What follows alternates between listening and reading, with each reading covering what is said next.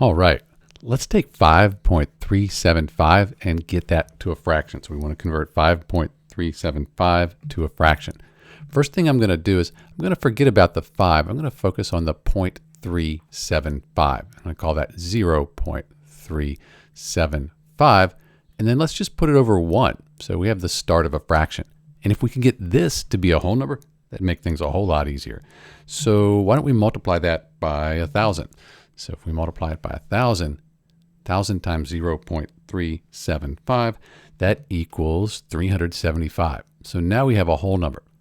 We can't just multiply the numerator here, though, by 1,000. We also need to multiply the denominator by 1,000. It's because 1,000 divided by 1,000 is 1. So we're just multiplying by 1. We don't change the value. 1,000 times 1 is 1,000. And now we have a fraction that we can simplify, because 375, 25 goes into 375 15 times, goes into 1,040 times. We can simplify that even further. It goes into 48 times. So we end up with 3/8. So 0.375, that equals 3/8. But remember, we wanted 5.375.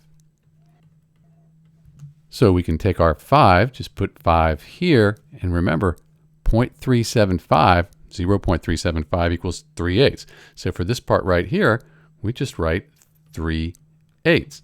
And it turns out that 5.375, the decimal here as a fraction, that's 5 3/8.